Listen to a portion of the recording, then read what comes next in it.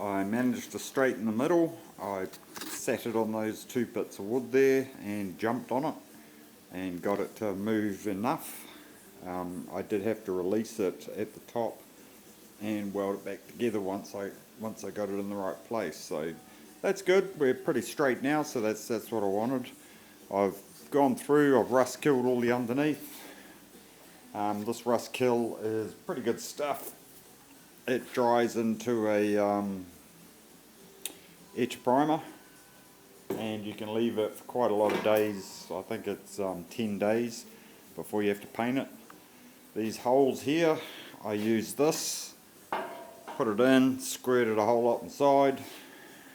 So that's all done. There's a coat inside there, and when I flip it over, I'll do it again through those holes from the underneath, and that will get it on both the top and bottom surfaces running up and down inside there, so that'll be good. But I don't want to be putting heaps of screws into this. That's only a single bar through the middle and single bar through the 2 sides, so if I'm screwing down to that, I'm taking a shit ton of strength out of that panel, out of that RHS. It's only light gauge, and the screw holes will rust. Even using self tappers, they will rust. It's unavoidable when you've got wood on top. The best way around that, I think, that I'm going to do today, the sides don't need screws because I can use the sides themselves to hold it down, but if I weld a piece of angle iron there, I can mark and drill holes for each board and screw it from underneath straight into the wood, and that will keep the board centered. So I'm going to go ahead and do that, and then I will start getting the sides set up. There's my 2 bits of angle welded along there. I didn't get too carried away with the welds. It's only really a locator to hold the boards.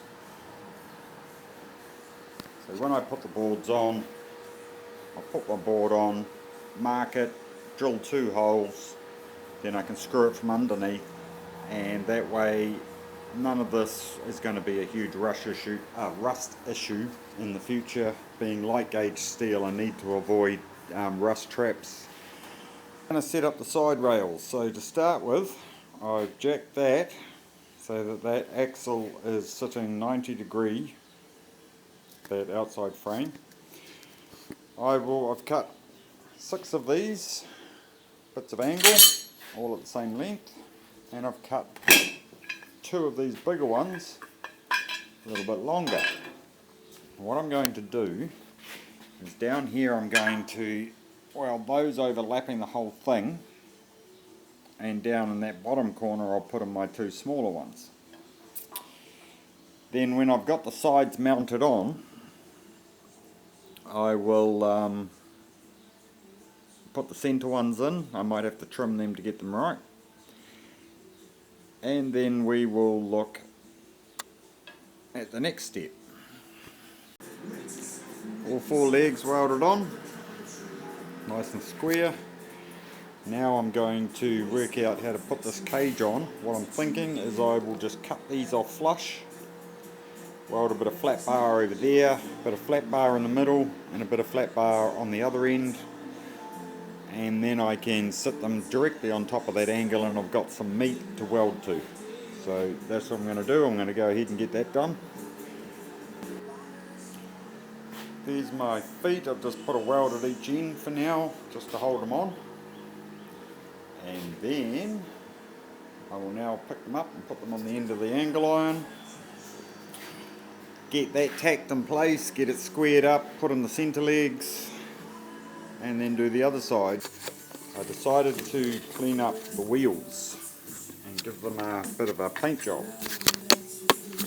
I started cleaning them up, and the first thing I noticed is how rusty they were. The issue you've got is underneath that paint is rust everywhere, and sandblasting is the best way. If you just paint over it, the rust underneath the paint doesn't get rust killed. That will just make it rust again. So what I've done is I've attacked it with what's called a needler off. And you go around and you rattle the hell out of it. Anything that's loose is going to chip off. Then when you rust kill, you're neutralising all the rust.